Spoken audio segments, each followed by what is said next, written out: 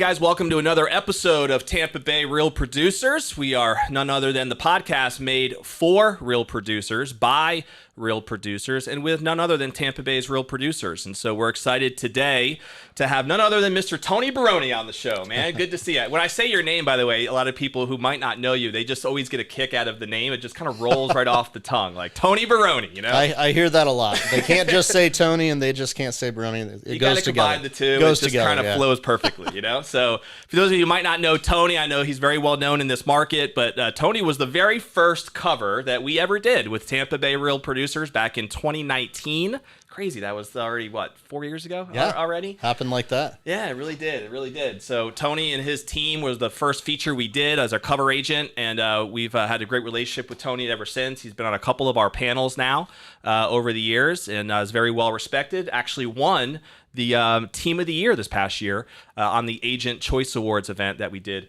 back in March. So it's great to have you here, man. When we first launched this podcast, you were one of the first people I thought of as like, we got to get Tony on there at some point. So yeah, thanks for having me. I'm glad we could finally make it. Yeah, no doubt. Pleasure's all ours. So why don't we start with just your background a little bit, and people who might not know, did you grow up in this area? How'd you get yourself into Tampa, if not? And where did this journey into real estate even start for you? Yeah, so I grew up in Illinois, so not Florida, and Midwest guy. Yes, I know you're always small town. Commenting on my Yankees post with Go Cardinals, I noticed. Yep, from the good old Midwest. So I grew up in Illinois, small town. Went to school at Illinois State University, and then graduated there. Well, during that time, when I was in Illinois in college, I'd visit here once or twice a year. Mm-hmm. And I remember thinking, wow, that's a new road. Yep. That's a new mall. And I thought to myself, it's a good opportunity potentially to move to Florida. Sure. And I think I was in 7th or 8th grade, Don, when I was Clearwater Beach watching the sunset. And I'm like, why don't I live here? And I could relate to that. And my parents didn't agree with me, right? So we're in Illinois. And so I said, hey, when I graduate college, I'm moving to Florida. And that's exactly what I did. So you left right after school then and came right down? Yep. Actually, our RIP to Jimmy Buffett, went to Wisconsin, saw a show, and Alpine Valley, for those that know that venue. Yeah. Went to a Buffett show, got in my car, stopped off at home, said goodbye to my parents, drove straight here. Wow. Yeah. Now, what was it about you visited this area because you had family down here? Or? I did. Yeah, I do. Had an older sister here, and she's actually still here. Okay. And so she let me visit once or twice a year, and probably make a mess of her house and have friends over and stuff like that. There you go. She gave us a little refuge when we wanted warm weather, and every year I'd come back and I'm like, wow, this is a great opportunity. And where I was from, especially Illinois State University, State Farm headquarters is there. So most people were like, I want to land a job at State Farm. And I'm like, that's not what I want to do. That wasn't the Baroni No dream. offense to Jake out there, right? But for me, I was like, I wanted to chase the sunshine, and I wanted good weather. And, I thought, why not? I have nothing holding me back. My dad actually grew up in San Francisco, so he was always like that big city guy, go to a big city. You don't want to be in a small town, Tony. So I kind of took his advice, and Tampa qualifies as a big city, I would say. At the time, maybe not, but now it does. For sure, absolutely. So were you with Kelly at the time?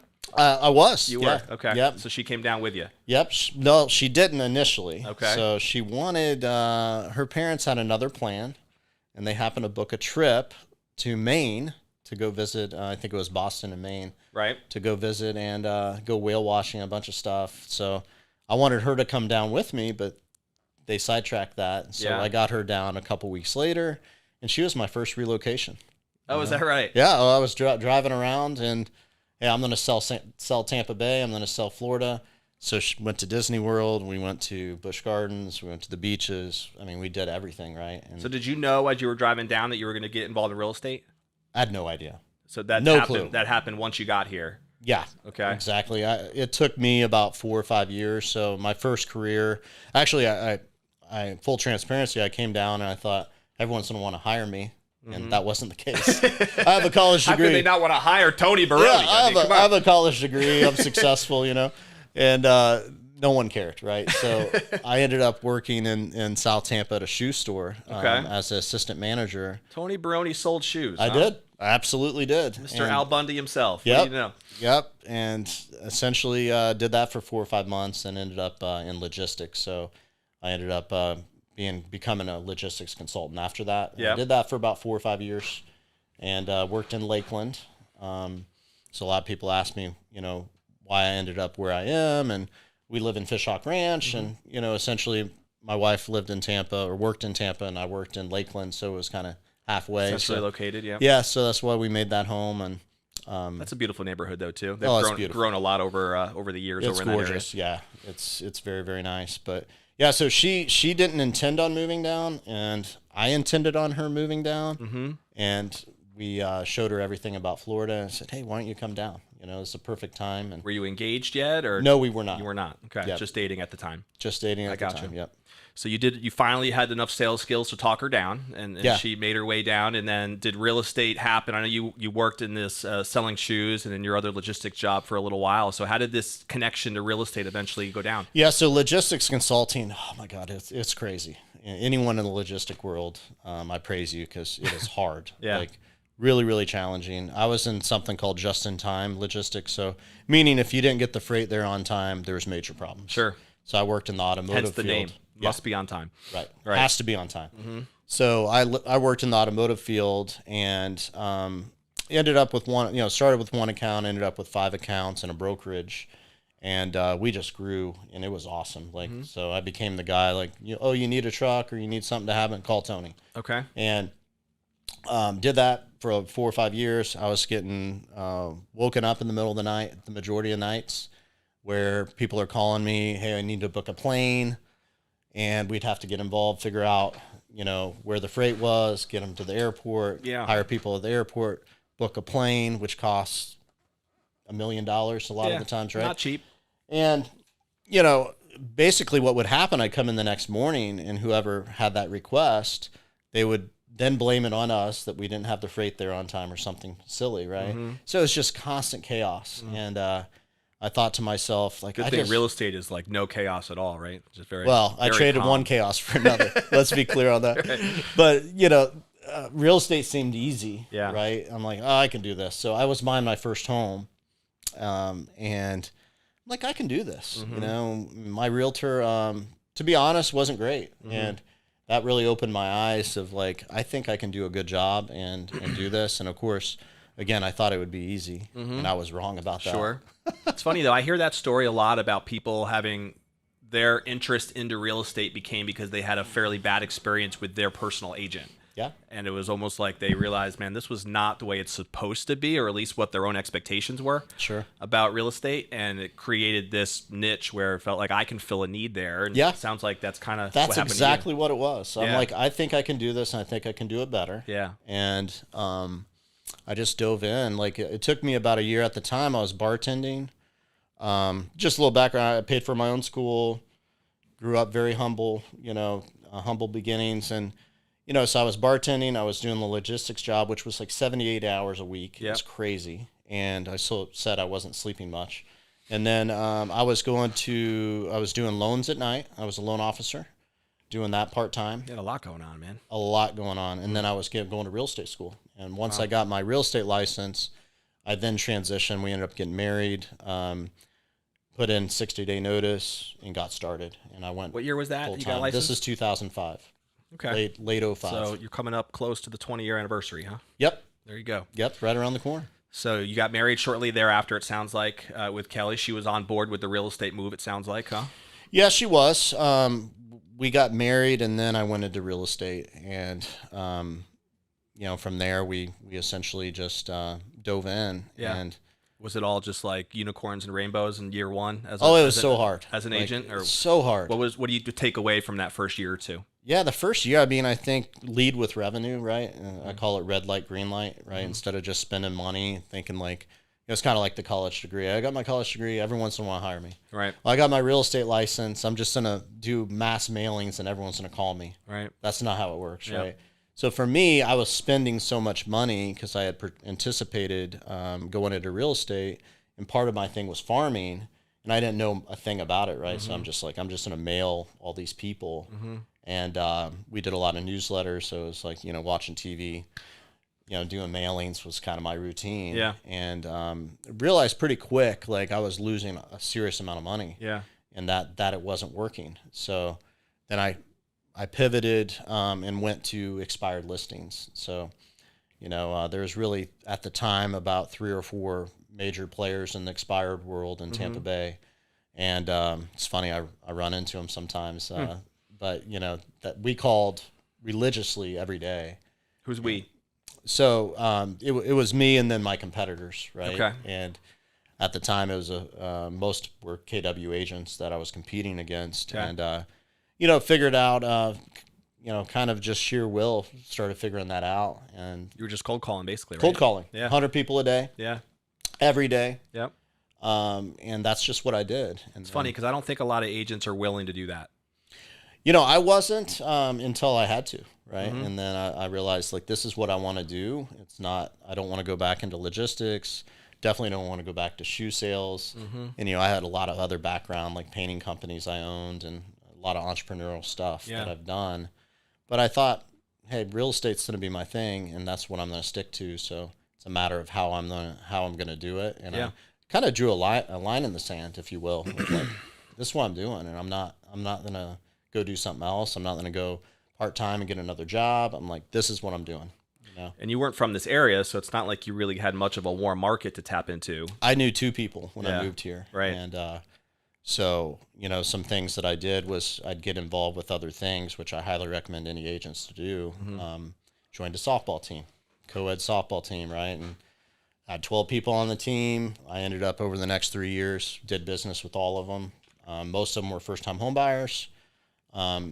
And many of them I've done multiple transactions now, but that's what I'm talking about. How do you meet people, do something that you love, and then get involved in the community, find your get niche. Involved, just like you do, Don. I mean, you do wonderful things in the community, and it's a process though, because that type of stuff is smart from farming perspectives, but it doesn't happen overnight. Like it's about relationship development. For me, it was, and that doesn't happen immediately. And originally, the expireds were not relationships; it was cold business. But once I got them in my world, hey, do a good job, create this amazing experience, and then hopefully they will refer me and they'll come back. Yeah. And that's really how we build our business, what I call the 3 R's, which is relationships, reviews, and referrals. We're going to talk a little bit more about that too, because I think those 3 R's are kind of a cornerstone and a foundation of how you've built your career now, right? Over the years. When you think back again to those first couple of years, were the bulk of your deals coming from the cold call efforts through expireds? Yeah, absolutely. Yeah. The majority were expireds, and then after that, I got into short sales. Okay. And, essentially, I'd be in the office, my Keller Williams office, and I'd hear agents, I hate short sales. Gosh, short sales suck. Right. Meanwhile, bells are going off. Yeah, in I'm your just head. like, I think sounds like an opportunity. I think I have to do that. Right. And I ended up, my first one, I didn't know it was my first one, went out and I called my mentor because I was on a team with Keller Williams. Yeah. So you've been with KW the whole time? Actually, since 2007, Okay. 05 to 07, I was with another company. Okay. And essentially, I ended up with short sales. Everyone's like, I don't want to do them, blah, blah, blah. Yeah. So I'm like, hey, this is something I probably need to learn. And that was the key short sale season, wasn't it? Like oh my 2007 gosh, through 9 in that market. I was definitely one of the short sale kings Yeah. And queens of the area. Just at the end of the day, people needed help. So I took this listing and I called my mentor. I'm like, I've got a weird thing. And he's like, what? I'm like, the people don't have equity. Like, I think they owe actually more than what their house is worth. And he goes, you know what? This happened in the 1980s. Here's what you need to do. Call the bank and then call this. Hold on, let me look it up. And he got back to me. He's like, call the loss mitigation department. Yeah. And I'm like, loss mitigation? What's that? And needless to say, that became like my next 3 or 4 years. That's what I did every day, right? And so I started working with basically people that needed to short sale their homes due to job loss, due to all different circumstances. And we ended up selling a couple hundred listings from short sales. Nice. Yeah. It's interesting, though, that you have seemed to have been willing to do things that other people aren't willing to do, like the expiring the calling the expired listings. Like, yeah, that's not a secret strategy. I mean, anyone has access to doing that, but the willingness to commit to it, like you said, 100 cold calls a day, that's just a mentality, right? It's just being consistent and going after it. Being committed, right? For and sure. I told you I drew the line in the sand, and right. I think that's what people need to do right now. As if you're newer to real estate, it got harder, right? It didn't get easier. So you just got to say, hey, this is what I want to do, and if you want to do it, you'll find a way, right? And for expireds, part of how I got into referrals was simply I didn't want to call 100 people every day. Right. So I started rewarding myself. If I could get a referral from my client at the closing table, it's kind of my strategy, yep. then I'd give myself the next day off from calling 100 people. Yep. And I got pretty good at getting referrals because, quite frankly, I didn't want to call 100 people. Makes sense. That That's a strong motivation. Kind of the handshake deal I made myself, right? Yeah. And I got really, really good at earning referrals and setting expectations and eventually reviews, which was really around 2009, 2010 was when I started really getting into that. Yep. And deciding, hey, if I can get reviews, great. I want to know how I'm doing, and if I know I'm delivering a 5-star experience, they'll do a 5-star review for me. And the 3 R's again are referrals, reviews, and what was the first one? Relationships. Okay. So, what do you think, Tony, made you different than, I'm assuming any agent you talk to is going to say, I want to build relationships, right? I want to focus on relationships. I want to focus on a referral-based business, but not everybody executes it very well. Sure. What do you think, even in those early days, distinguished you from some of the other agents who probably had similar intentions, but weren't executing it? I had a handful of people I was meeting, and then I did softball, and I was doing stuff like that. I ended up joining BNI, met like amazing people through BNI, other people that were building their business like me through word of mouth, relationship type deal. Yep. And quite frankly, I just started running out of friends. You ended up doing business with all my friends, and then I'm like, I need to meet more people. Mm-hmm. So then I would say, okay, I'm going to do softball, and then it was basketball, and then it was I grew up playing a lot of sports, so I've just really gravitated to that. Yep. And then eventually coaching that we were talking about before all of this, and I became a baseball coach. Became a football coach, and then at some point I think people look at you on, they look at you as Coach Tony, right? And then at some point there becomes a transition where they think of you as Realtor Tony, Realtor Tony Baroni, right? And I think that needs to happen organically versus me throwing a business card and ultimately trying to win over everyone for their business. Sure. They might see a sign, they may read a review, they may, and then they're like, wait, that's the kid, he coaches my son, right? Yeah. And over time, you end up doing a lot of business from meeting people that way as well. Also teaching, agent referrals is one of our number one source of business. So, we go out and teach, and when we do so, people appreciate that, and, they send referrals, and we cover the coast to coast of Central Florida, so it brings a lot of opportunities. Were you teaching even in those early days? So, funny story with short sales, my broker came to me and said, hey, no one knows how to do short sales. I know you're doing a ton of them. Will you teach? And I'm like, I remember thinking I have no idea how to teach. Right. I thought to myself. Right. And so she convinced me to do a monthly, it was like Wednesday, at 2:00 every month, like the last Wednesday or whatever. So I'd show up. Sometimes there'd be one person in there as it was building, and they'd go, got a question. Yeah. How do you handle this with Chase Bank, right? Whatever their specific question was. Yeah. And then became like this course, right, where I did a 1 or 2, I think it was 2 hours. And then eventually what happened was people would raise their hand and they go, got a question, Tony. This is way too complicated. Will you just take my short sale over? I don't want to do it. Right? Yeah. So that's what happened. And we ended up getting a lot of referrals from agents within our own office because they just didn't want to do it, and they didn't know how. And they thought, hey, if I can get a referral fee, this is great. Yeah, it makes a lot of sense. And it's funny, in the time I've known you, and obviously we're going to get to how you've built your team as well over the years, you have a reputation, it seems like, of really being an educator. There's a culture, I think, within your organization of people learning a lot, and and really having a mentality of wanting to grow and wanting to learn and being willing to share. And I know you, like I said earlier, you've been on multiple panels for us and been giving back to the community. And so, sometimes that's just different than how some people operate, right, in their business. Sure. And I think, especially in the real estate world, there's still many out there who kind of view it more as a competitive, cutthroat type of an approach versus the collaboration, education angle, which it seems like you've thrived in how you've built your organization. And we've had you on a panel before to talk about referrals specifically. And it seems like, again, that's a big part of your business. So are there some key things that you would share about just that specific thing of referral building that you've found that's really worked for you and in your approaches and your systems? What are some things you can touch on there? Yeah, I think with referrals, and you mentioned before, like Tony Robbins, right? Like I'm a big fan. I know you are. Yep. And I think, going to some of his stuff has really taught me about relationships. We're both business mastery graduates. I remember. Yeah. Just some of the things you take away along the way. But with referrals specifically, I think that just do things different than everyone else. And that may sound like, well, what does that mean? Well, just try not to be like every other agent. And to me, that means that I'm not going to even say I'm a realtor. Right. Like when I meet people, that's like the last part. Wait, Tony, isn't that illegal to not? Right. Here's my card. Don't disclose that I'm an agent. Right.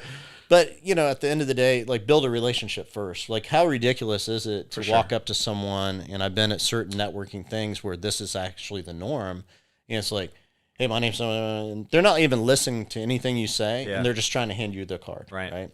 And I thought to myself, like, ugh, this is not how I want to be, right? So for me, it became pretty easy, like add value first, right? If you are able to add value in people's lives, then you're going to potentially do business naturally, right, over time. So that's been my approach, just in general, whether it's the real estate community, whether it's my clients, through, we do giveaways, we do all kinds of stuff, charity events here where we raise a lot of money locally for all different charities. But it's kind of that giving mentality first, right? Giving is living, serving the community. Living is giving, or, Tony Robbins says. And really, I've taken that and I've really decided like that's going to be how I think about it. And the more people you meet, the more money you'll end up making, the more business you'll do. Right. And I think you have to have the relationship first before you start asking for stuff, right? So I call it making deposits, right? So I'm going to make deposits in other people before I ask for a withdrawal. Right? Makes sense. But I'm also going to do that with clients. So it's really how I would view servant leadership, right? How are you willing to serve first before you know that you're going to be adding value? That's really what a servant leader does. Its focuses on value add first. Yeah. Well, I think that's what people want, right? For sure. No one likes where you're hitting them up before you even know them. So I think for us, it's very simple. When we meet people, we're going to set that expectation, right? Like, I'm going to give you this. In return, I expect when we deliver that ultimately you're going to support me. Yeah. And how we want that done is essentially we want to be introduced by you to other people that have real estate needs. And that's really how we frame it. And I'll tell you that when you do that and you provide the service that you're talking about, the 5-star experience, people will naturally do that for you. They'll actually go to bat for you and want to give you business. Yeah. And I think in sales, we just don't realize, like, you have to set the expectation. Everyone's in the 9 to 5, their 9 to 5 job or whatever they do. Yeah. And, Don Hill and Tony Baroni aren't top of mind, right? Sure. But if you provide an amazing service. Tony might be, but definitely not Don Hill. They're not, believe me. So, you provide this amazing service, they're going to naturally want to help you if you ask for help, right? But you got to ask. Yeah. But it starts with delivering first, right? I don't ask for referrals before I know them or before I've given them the experience. You got to give them the 5-star experience, and then you're going to naturally have conversations throughout the transaction. And then when you get to the end, you're going to set that expectation again that you want to earn their business. Because one thing you may not realize, especially the real producers, like that are doing a ton of business, they may not think that you want any more business. Right. They're like, too busy to handle you're it. too busy to handle it, right? I get that when I get referrals. Hey, I don't know if you want this one. And it's like a $1 million referral. I'm like, oh yeah, we'll take that one. You know, or it may be a first-time home buyer, and they're like, "This is the first time home buyer." Like, great. You might be too big for this. Yeah, well, the first-time home buyer is going to end up moving the most, right? Totally. So that's one of the most valuable things. I think that it's a good point. People get tripped up over commission and money, and just take care of people. Yeah, and if you take care of people, they'll take care of you. It's a great point. You mentioned also the power of reviews and how your business has focused on that. It seems like over the last few years, I'd say, or even longer. When you think about how that evolved from this initial approach to just adding value, focusing on relationships, building relationships, that leads to a referral culture, right? Yeah. Where people start referring because they like your experience and they're willing to, as you said, they felt like that you've added value to them. They're willing to bring your name up when someone has a need, right? Yeah. In real estate, that leads to this referral culture. Any thoughts on how the review thing has grown? Is that a specific thing that you've put into place that's helped create that animal for your business? Because I do think nowadays that's something a lot of agents want. Don't really know how to get it moving. Don't know how to really get it started. How has that worked for you? Yeah, I think from an importance point of view, right? Think back in the last week of a major purchase, maybe a minor purchase. Yep. Did you read reviews? Most of the time. Okay. So it just has kind of been embedded in our world, right? That's just how we look at things. We're going to, call it Amazon. We're going to go on Amazon and they have the best choice, Amazon's pick, whatever. And then you're probably going to check reviews and be like, hey, then you're going to go, what do you do next? Do you read all the positive reviews or read the negative reviews? Always negative, of course. Right. Because you're like, I don't want to see the problem with this, right? Sure. And then naturally people go, that person's crazy. Like you ever read a review, you're like, this person seems nuts. Yes. Like this 1-star review, and then in certain websites, you can see how many other negative reviews they've given. Yeah. You kind of throw those out. You're like, I'm not even worried about it, right? Right. But the point is, I think everyone, that's how important reviews are. And I've known that for a long time because that's how I think about it too. And if you're trying to get started getting reviews, it starts with, if you have 0, you need to get 1. Yep. And then you need to get your mom 10. or dad if needed, something. Yeah, get it you started. need to get 10, 20. And I believe they need to be real reviews. Mm-hmm. So I would argue, instead of mom or whoever, I wouldn't even ask, unless it's a real review, because I want consistency throughout my reviews of the same themes of what people say that they naturally say versus me telling them to say, right? And over time, when we're just under 2,500 reviews now, it becomes very powerful, right? It becomes part of your value proposition that, hey, So it's always Google reviews, Facebook reviews. Do you focus on one or the other? All of them. Yeah, any reviews, just wherever. Really, whatever they want. Yeah, whatever they prefer to do it on, and then we're going to add them up. So, and that's just something we focus on. We want to know we're delivering a 5-star experience, and we're going to ask for them. And then what happens is people end up finding you online a lot when you have a lot of reviews, and that's who they're going to turn. And realtors too. Realtors will do the same thing that consumers do. They'll have a client moving to Tampa. Hey, who should I connect with, right? Yeah. And so you get a lot of business from it too. And then the client, you did a good job for, which is the ultimate goal. Yep. Right. And if they won't do a review, we're going to wonder why. Right. We probably need to dig in deep and did I do something causing wrong? that lack of wanting or being willing to take that action? Yeah. There's a reason behind it. Yeah. And some people just won't, right? Yeah. So we just try to address all of that up front. And, if we're able to deliver a 5-star experience to you, are you willing to do a review for us? For sure. Right? And they'll say yes 90% of the time. The 10% that won't, you kind of shrug it off and you laugh and you say, well, my goal is to get you to change that. Yeah. I want you to start doing reviews. So I'm going to do such a good job that you're going to be compelled to do a review for me. And you create that expectation even prior to the service being provided? The moment we meet. Okay. We're talking about it. Yep. That's cool.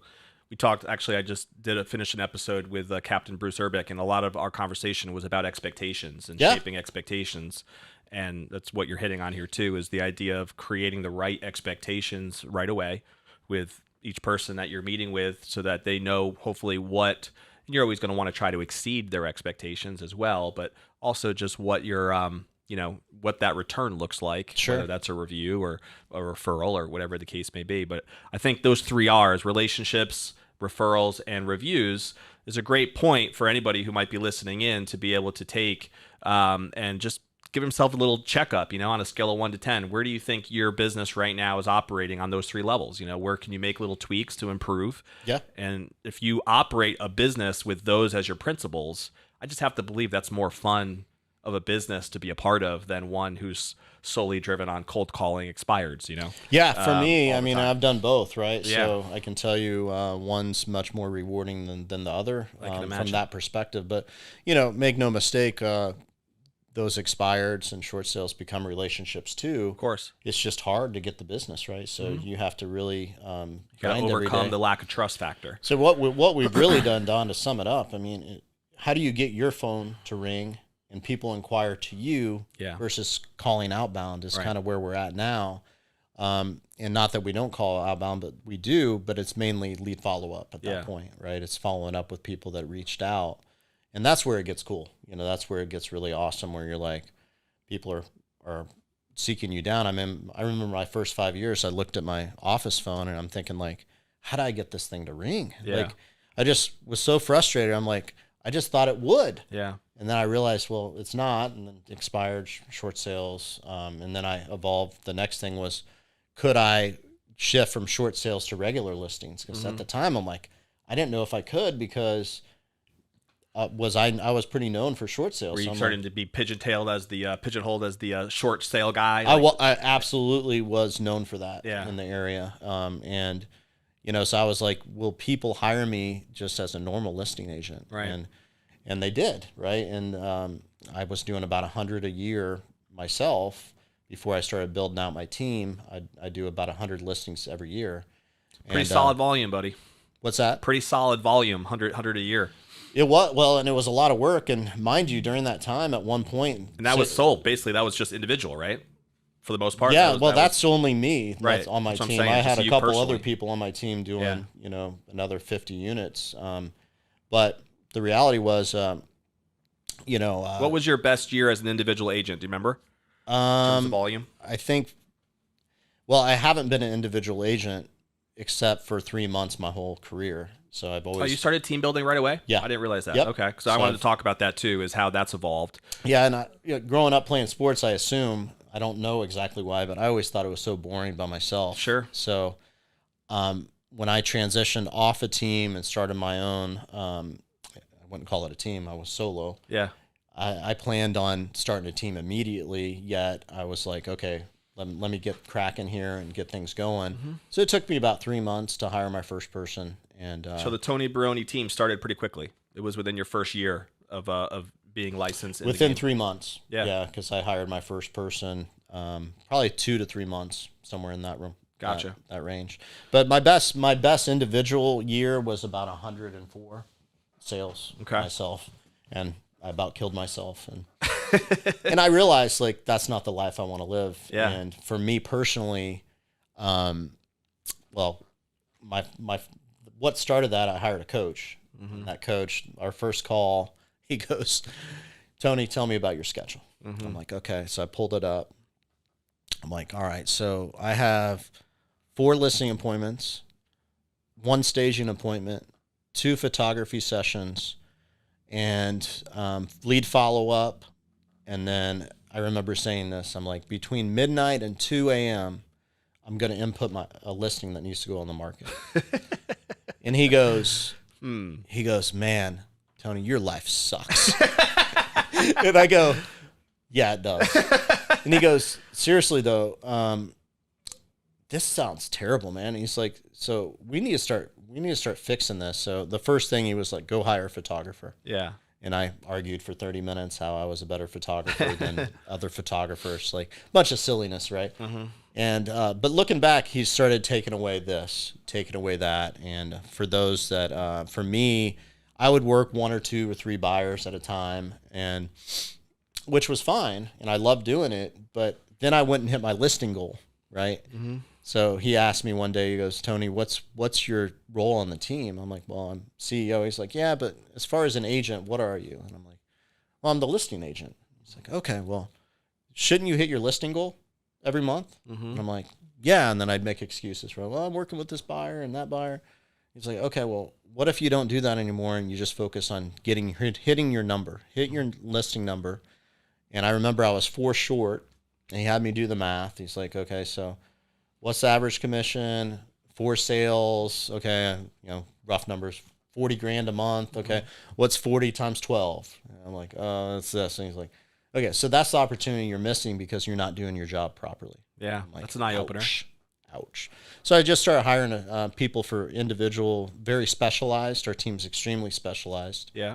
Kind of like the assembly line, is kind of how we're set up. Got your own Henry Ford plant going on over there, huh? Well, and what I found is people in their strength zone love what they do. No doubt. And you're not going to be great at anything. You can't be great at everything anyway. Right. So for me, learning that the hard way has really given me a life that I want to live. Right. It's not about money or it's how do you still have a great life, which is really important to me.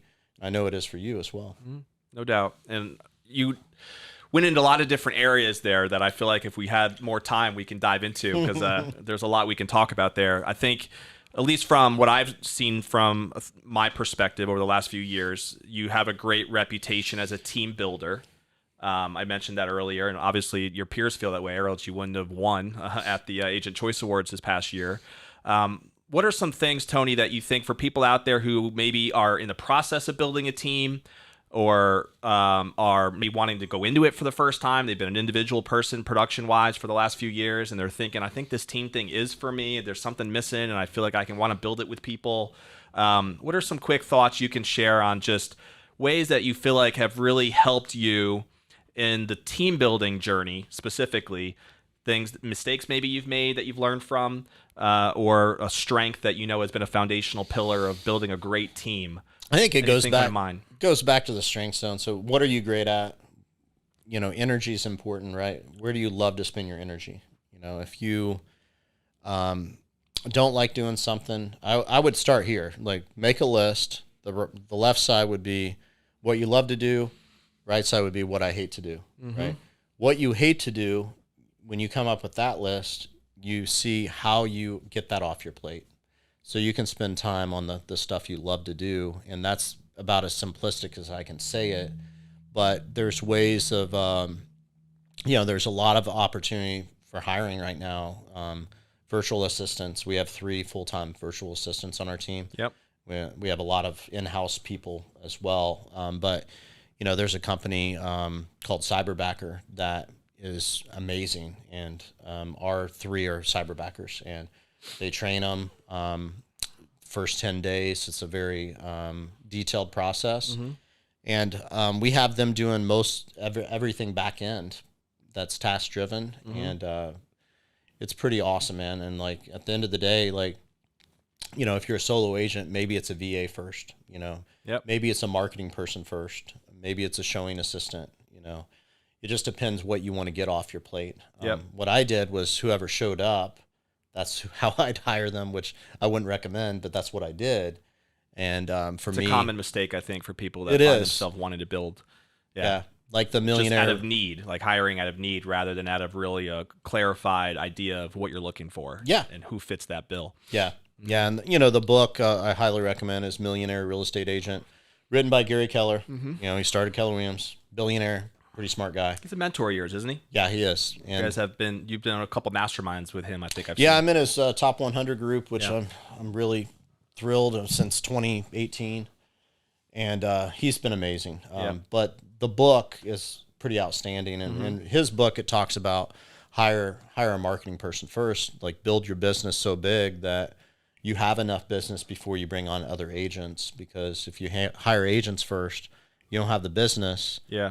It depends, like, are you giving them leads? Or are they going out to get leads? All that matters too. But, you could just literally follow that book and build an amazing team. Yeah. But there's a lot of hiccups along the way, right? Like, hiring's not easy. Hiring process, how do you do that? It's a learning curve. Yeah. And a lot of the stuff that KW offers, I'm very grateful for, because I've learned all of that through the company I work with, which is pretty cool. Yeah, I mean, definitely KW is known for its training programs Yeah. and what it tries to provide newer agents, but even people like yourself that are seasoned but are taking things to the next level and Sure. building mega agent type status and Yeah. going from there. So I think that's one of the things it's really been built on. Sure. Is the strength from that. For people who might not know you much on the personal side, Tony, I know we already mentioned you're married to your beautiful wife Kelly. You have a couple of kids. We talked about your coaching experience there as well. I know that is important to you. You mentioned lifestyle a few minutes ago. What are some of the things that you guys still love to do? Like what keeps you ticking and keeps that balance in your life? Yeah, so I describe our family as like if anyone's ever seen Trading Spouses, it's like that. I love that. It was always so funny to me. But we're the crazy sports family. Yeah. And usually they'll have a family that don't do a whole lot, and then a family that's the crazy sports family. We're the crazy sports family that, running around we literally have practice every night. We're taking our kids. My son plays flag football and he plays baseball, very competitively. And then and he's 12 and my daughter's 14. Her team was, ranked number 4 in the nation last season. And, so we're traveling, doing the sports thing. Yeah. And we love it, love every minute of it. And that's how I grew up. That's how my wife grew up. So That's cool. we spend a lot of time. We love going to the beach anytime we can, love seafood. I think you're in the right area for that. Yeah. Love Makes grilling, like smoking meat, and sports, So you got your Bucks shirt on today, huh? Bucks, Excited about Sunday? Got to support them. Yeah. Ready for the launch this week, the season kickoff here? Yep. I'm a season ticket tickets? holder You for the do, Bucks. Yeah. Yep. And but yeah, You go to every home game? No, I don't. Okay. I wish. Yeah. Yeah, I definitely don't go to every game, but I've been a Lightning season ticket holder at times. Not currently, but I have been at times. Yeah. And we just love sports and love hanging out, friends and family, and No doubt. stuff like that. Yeah, man. Fishing. Forgot that. Love to got to fish. add that in there too. Love to go fishing. For sure. A couple rapid fire questions, again, for somebody who might not know you that much personally. So do you have a favorite? You already mentioned one book. Maybe this is the answer, but do you have a favorite book or author or even a seminar that you feel like has influenced you the most professionally and personally? Wow. So Tony Robbins is one of my favorite.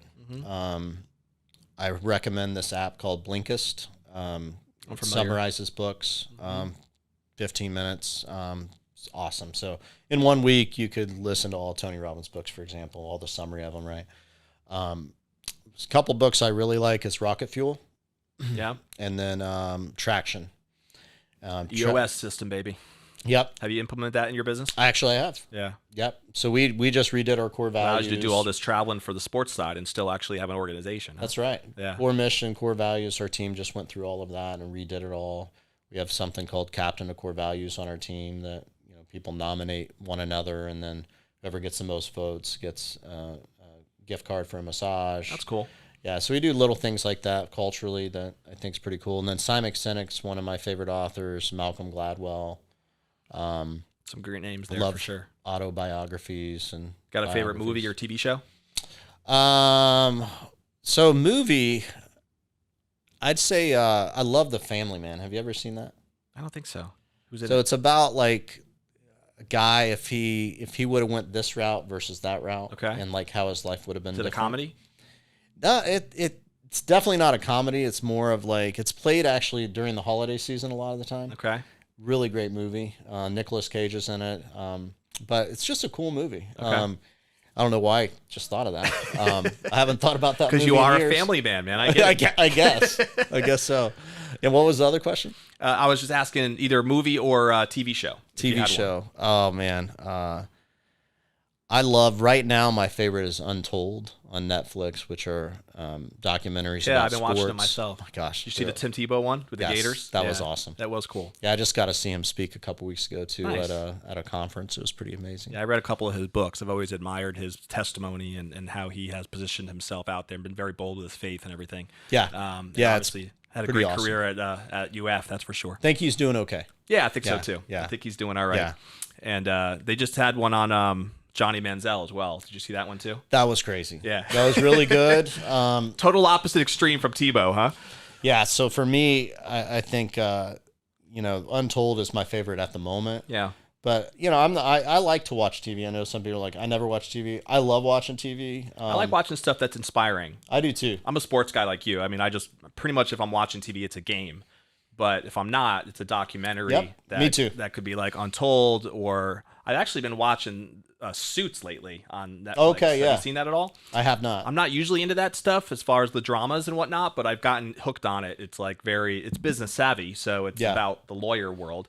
But I found it kind of interesting. So I've been learning some things about the legal side of things, I guess, from Suits. Yeah, that looks like a cool series. And so I watch like an hour a night is basically what I do. So right. Put you to maybe sleep, 9:30 to 10:30. I might, I'm going to watch probably some series on Netflix or whatever. Gotcha. Yeah. And you are, I'd be remiss not to mention your dad's famous sauce, because from a favorite food standpoint, is it Italian, I think? Anything Italian, or is there something specific that food-wise, I mean, my dad kind of ruined food for me because he was this amazing chef, and he passed away about 11 years ago, and pretty much I don't like Italian food anymore. No offense to anyone out there. But he spoiled me, and he just made the best food. So Italian-wise, he... luckily before he passed, I drove up to Illinois and learned how to make the sauce. So we have Papa Baroni's pasta sauce. Those of you who don't know the story, you used to use that sauce as one of your relationship building strategies, right? I did. That was how you got some of those initial clients, or at least added value, I would say, to the relationships that you had. I thought it was great. He told it at one of our panels about how he utilized his dad's famous sauce as one of his strategies. Yep. Used the gravy, made it once a month, canned it. And who doesn't love like something that's takes that time, homemade, like, it's from the heart, right? I mean, people love that. So I mean, one of my clients, I think that was so powerful to them specifically. They ended up buying 42 properties with me. That's awesome. And they were an investor. She actually had a real estate license in North Carolina. And when we met, we did our first deal together, and needless to say, I didn't know they were multimillionaire investors, but she's like, you know what, Tony, I'm not even going to get my real estate license. If I can get a can of the sauce after the closing, I'm good, right? Dude, that's crazy. So 42, who would have thought? 42 can of sauce closings led to 42 more deals. It was a sign call. That's amazing. It's all originally. So, it's pretty cool. But, I do that for co-brokers and clients. And, had kids. I blame it on my kids. I shouldn't, but I basically quit doing it when I had kids. Right. So now I need to figure that out. It takes some time to do the sauce the right way, I take it, huh? Yeah, it does. Yeah, it's a commitment. The goal is you ain't just whip that together. It takes a little process. Yeah, we're going to be on the shelf of Publix someday. Nice. Papa Baroni pasta sauce. There you go. So. Maybe your kids can pick up the mantle and that's what I'm thinking. Start leading the way. That's Why what not? I'm thinking. Get them cooking some budding gravy. Entrepreneurs out there. Let's make it happen. Cooking some gravy. I like it. So crazy how time flew. We're out of time for the most part, but let me end with one of my favorite questions, which is before I do that, if somebody wants to follow up with you, sometimes we'll have people who might want to pick your brain just about something you brought up, or ask for some advice potentially. What's the best way to get a hold of Tony Baroni? Yeah, I think social media, at Tony Baroni Team, Instagram, Facebook, same thing. Cool. That'd be the easiest way. Yeah. That's the camera, I guess, you want to look at for all that stuff. So we'll throw it up there on the screen so you guys can check out. And if all you got to do is Google Tony with his 2,500 reviews, and you'll find them out there. It's not an issue. But last question, Tony, is simply this. When you think about your legacy, when you build your business, and even on a personal level, when you one day look back at what you think you'd want to be most remembered for, what do you think that would be? Gosh, you ask tough questions, Don. I'm used to easy questions. I would say, that I just gave my best, right?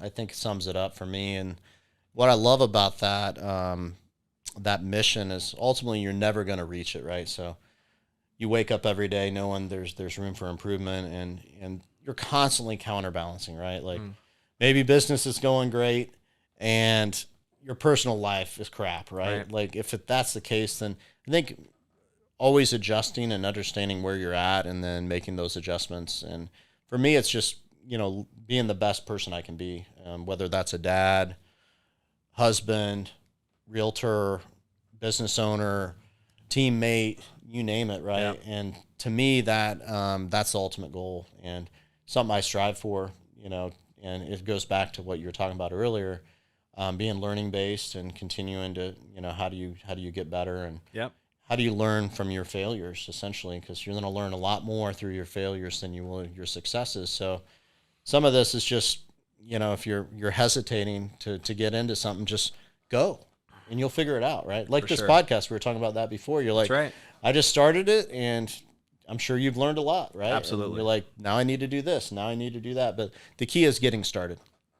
I agree. I think the growth mindset is critical, and it's a trait that not everybody has or adopts. But I think you've obviously shown that in your willingness to call, expireds when you first started, and I'm sure you weren't the best at it when you made those first couple of calls. Horrible. I'm sure there was a learning process out of that, and then Big time. Eventually evolving more into how you've refined your referral systems and your relationship programs, and I think from my perspective, again, and from what I hear in the chatter in the real estate community, when people think of Tony Baroni's team, there's a lot of respect there, and people view your organization as one that's very well run, one that I think is very support driven, and has great systems and programs that seem to really help your agents and serve the community.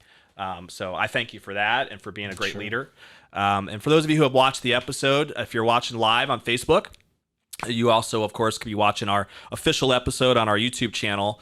I would just encourage you, and we'll end this episode the way we always do, and that's with a challenge. And it is to take one action step from our conversation today that you can put to work. So whether that's professional or personal, maybe you have to work a little bit on your 3 R's, right?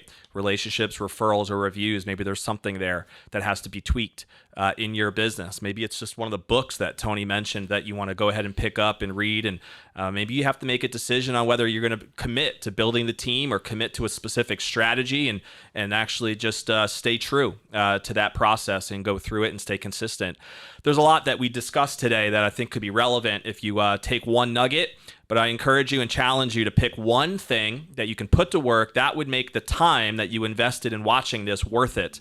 If you don't do anything, if you don't do any action step, then you're going to probably regret the fact that you invested the time and you could be doing something else. So do an action step. It'll make it worth it. It'll move you forward in your professional career, as well as maybe even on the personal side as well. So it was great to have you here, my man. Thanks for having me. This was fun. I've been looking forward to having you on the podcast since we started this thing. It's been awesome. So I'm glad we had a chance to connect. And we'll see you, of course, on the next episode of Tampa Bay Real Producers. So stay classy, guys. We'll see you later.